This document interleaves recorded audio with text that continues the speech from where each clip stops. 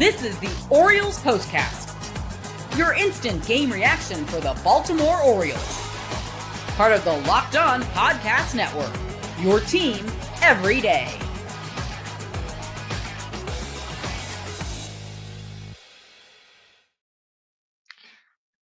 Who said the NFL draft was the only thing worth watching?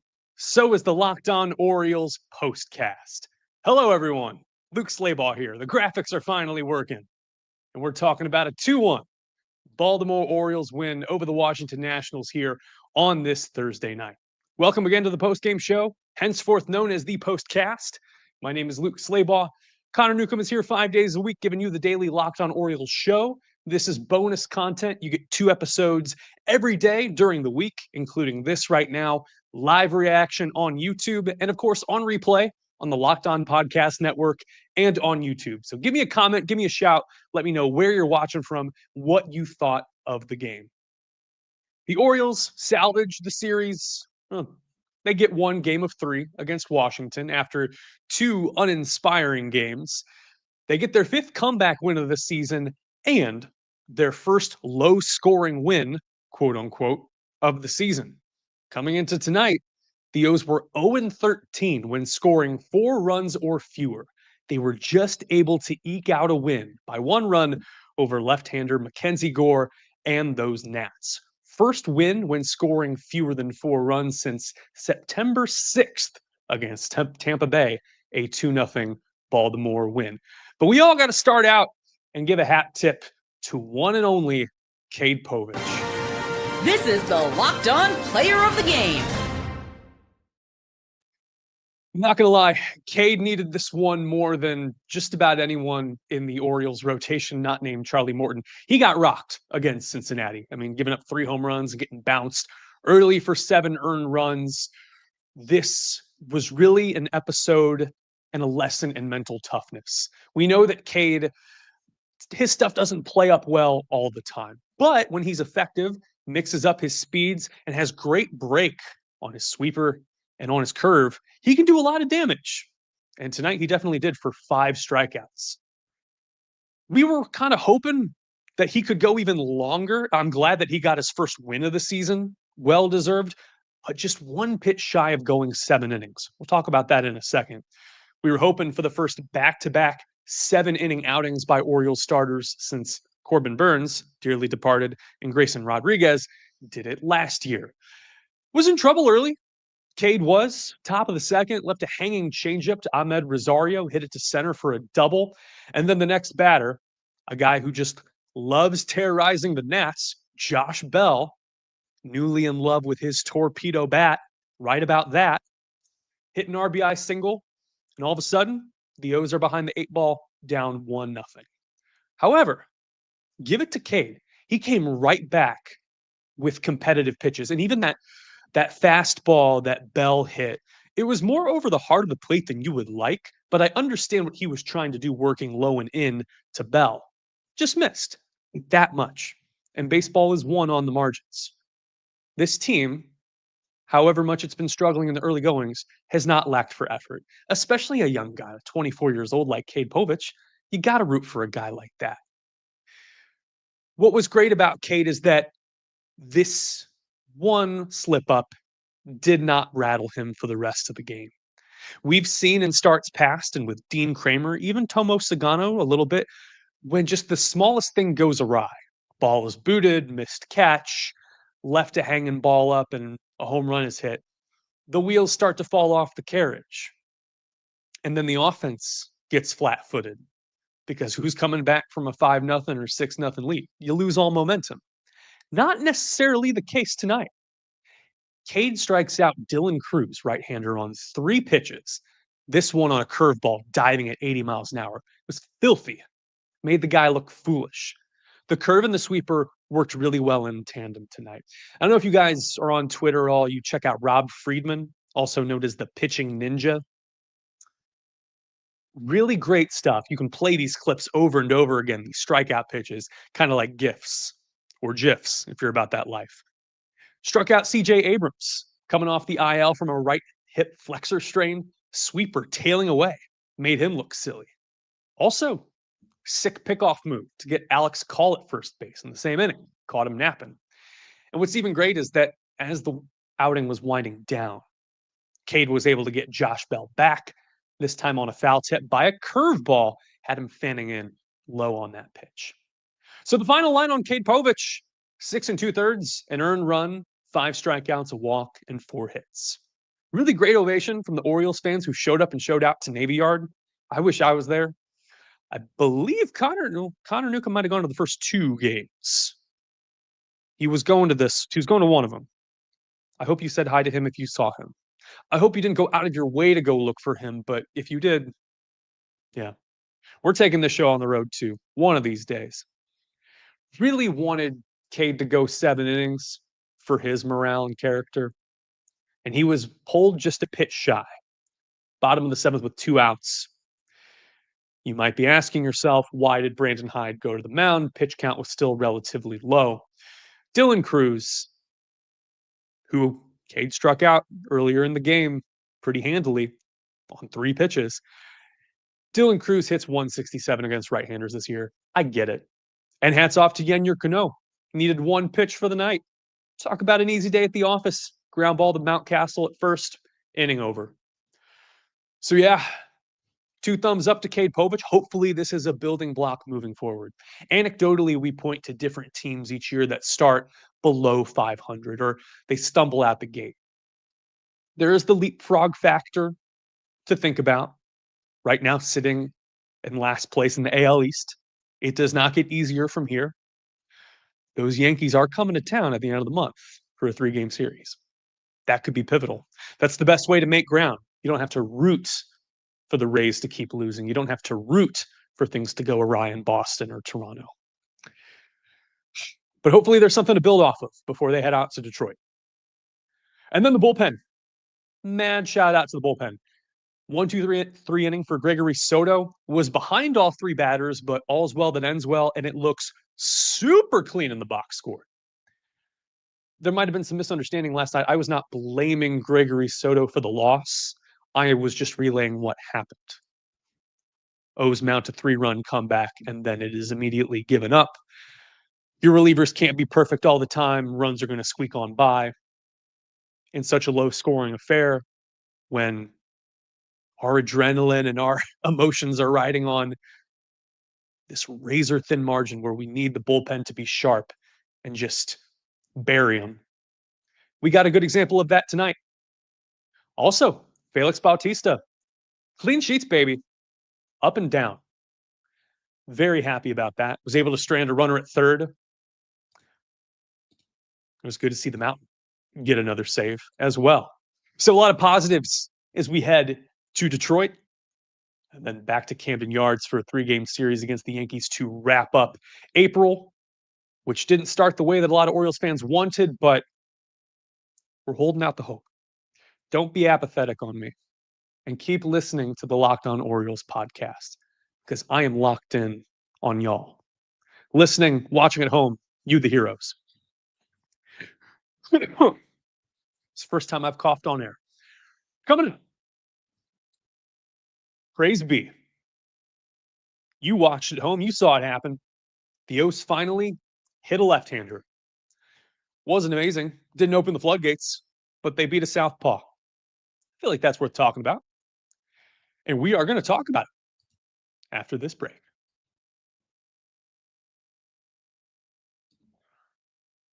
But first, Locked On Orioles postcast brought to you by Gametime.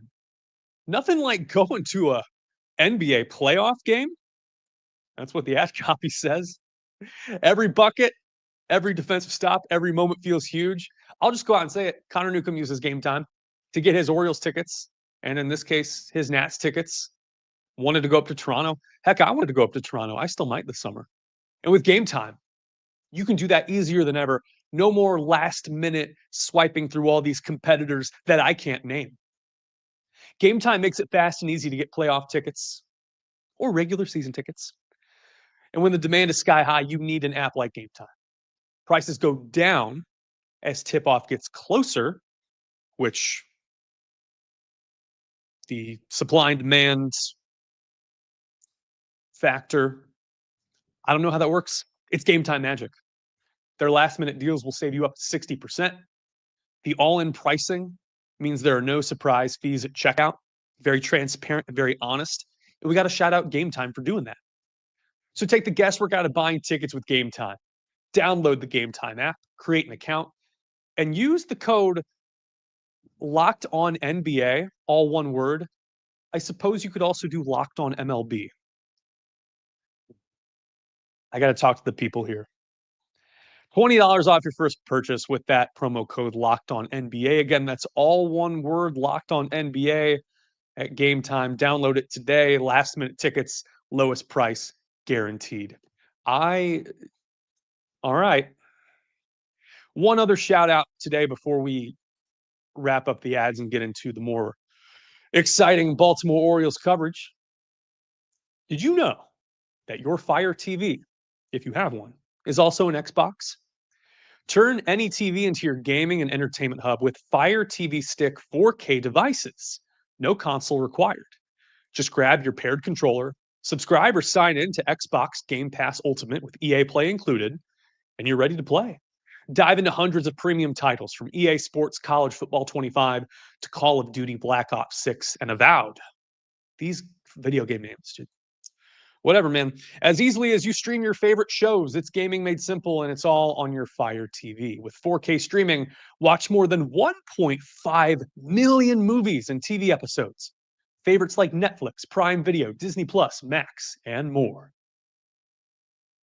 Head to Amazon.com/Fire TV Locked On. That's all one word, Fire TV Locked On to get started. Xbox Game Pass Ultimate subscription and compatible controller required.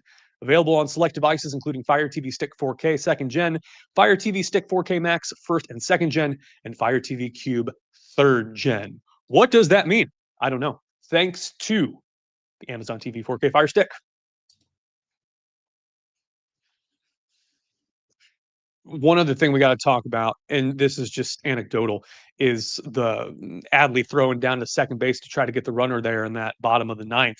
And Gunnar immediately points to the dugout, and they didn't even look at the video. Like, Brandon Hyde didn't give Robinson Chirinos enough time to even break down the play. He shoves his hands into his temples and his ears. And I'm not going to repeat what he said or what I read from his lips, but it was like, let's review it. Like, what do you have to lose? And it was a bang bang play. He looked safe on initial viewing, but I mean, it was the right call. No harm, no foul. But that was just like, the Orioles really haven't been able to catch a break this year. Like, any margin call, anything that's 50-50, any weird home plate umpire shenanigans, John Bacon, CB Buckner, Dan Iasonia. We can even talk about, that walk to James Wood and that fastball that probably should have been called a strike, but eventually he was able to work the count back and walk. It's all in the rear view, and there's no use in getting into it anymore. Here's what you'll be talking about. This is what you'll be talking about. I just wanted to see how that sounded, and it was bad. The O's hit a lefty. And yeah, there's a caveat here that Mackenzie Gore was a reverse splits guy. I counter, so was Chris Bubich in the Royals series, and he made them look funny. We all know the problem. The O's have been flailing against left-handed pitchers. 168 batting average is the second worst in the bigs, and the 484 OPS, I could not believe, is the worst. For a team that has been able to tee off from time to time, it's not happening against lefties. And for all the emphasis on platoons and polarizing lineups and matchups and pulling the strings, the tinkering that O's fans have been clamoring about on behalf of manager Brandon Hyde, how ironic that the two most important hits in the game came from left-handed hitters. You can't put Ryan O'Hearn in a box. If we learned anything from his time in Kansas City, he is not a role player. He is not a part-time guy. He will succeed in those situations. And yes, Ryan Mountcastle is a prime defender at first and should play against left-handed pitchers. This I understand. But man, we saw it happen, that the guys with the best approach and the best results did not have to hit from a certain part of the plate that is closed-minded thinking. We all know this. I'm preaching to the choir here. But rejoice. Any of you hit left-handed, like high school, t-ball, travel ball, maybe some former college players in here? Let me know, because you guys are the coolest. Top 5, Ramon Laureano, lefty killer in his own right. Sets the table. 2-0 count, hits a double to left field. Ryan O'Hearn, then inside outs, a 96-mile-an-hour fastball in on the hands, hits it to left field, sprays it to James Wood. Laureano scores. It's a 1-1 ball game. And then the man, the MVP so far this season, approaches the plate. Time to reveal where the game was won or lost. It's the turning point. This might have been Cedric Mullins' best at-bat of the year. And granted, I know he had a 10-pitch at-bat late last week and got a single out of it. It might have been in the Cincinnati series. I do not recall specifically. It's been a long day.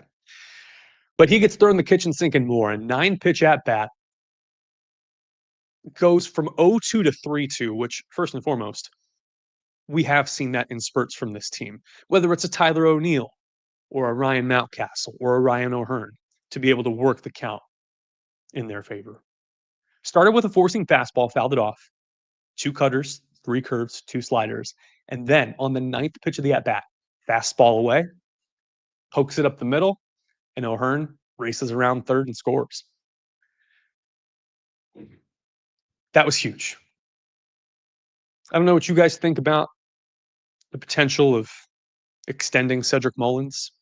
He is going to be the guinea pig in the case study in how a David Rubenstein-led Orioles squad approaches impending free agents and people in their contract year.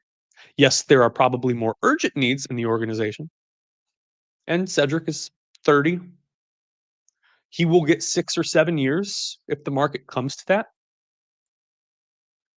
But man, nights like this, happy he's an Oriole. And we wish for his continued success. And the O success as well, as they head to Detroit tomorrow to play the Tigers. Right-hander Brandon Young makes his 2nd career start. Some good, some bad against the Reds. That was the only game in that series that they won, which, praise be. And you get to say, he gets to say, for the rest of his life, that his first major league appearance resulted in a win over Hunter Green. Did not qualify for the win, but you can beat the 100-mile-an-hour throw-in ace to be in Cincinnati. It's bragging rights. 4 innings pitched, 4+ and 3 earned runs for Brandon Young against the Reds, and he can get his first major league win. Not going to be easy because we have an emerging ace in his own right, Casey Mize, going up for the Tigers. Right-hander, 3-1 with a 2.22 ERA. The number 1 overall pick in 2018 out of Auburn University. I actually covered a game at Auburn the fall after he was drafted, and he did the whole War Eagle chant with the bird flying and all the thing. It's basically the University of Georgia's pregame ceremony, but more Alabama. Taking a look at some of the comments here. Oh, I like this. Kenneth Knudsen asking for people to comment if they'll be at the game tomorrow. I think that's excellent. Jeff Molnar comments on YouTube as well if you're watching live or on the replay. Hello. Say hi. Let me know where you're watching from, what you thought. Jeff Molnar says the Mountain, Felix Bautista, voice crack, and the whole pitching staff threw strikes. Genuinely fantastic outing by Povich. And that's what Zazzolo, with a really nice avatar, says. Genuinely fantastic outing by Povich. Not just compared to his norm, but going by the eye test. I would agree as well. When you have that crafty lefty vibe going for you, that nothing can touch you.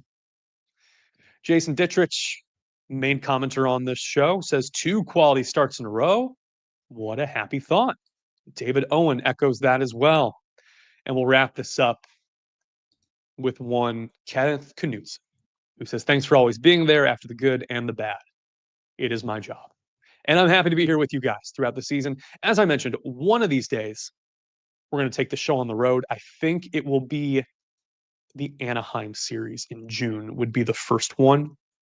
I will probably try to go to Camden as well when the St. Louis Cardinals come into town. That is Memorial Day weekend.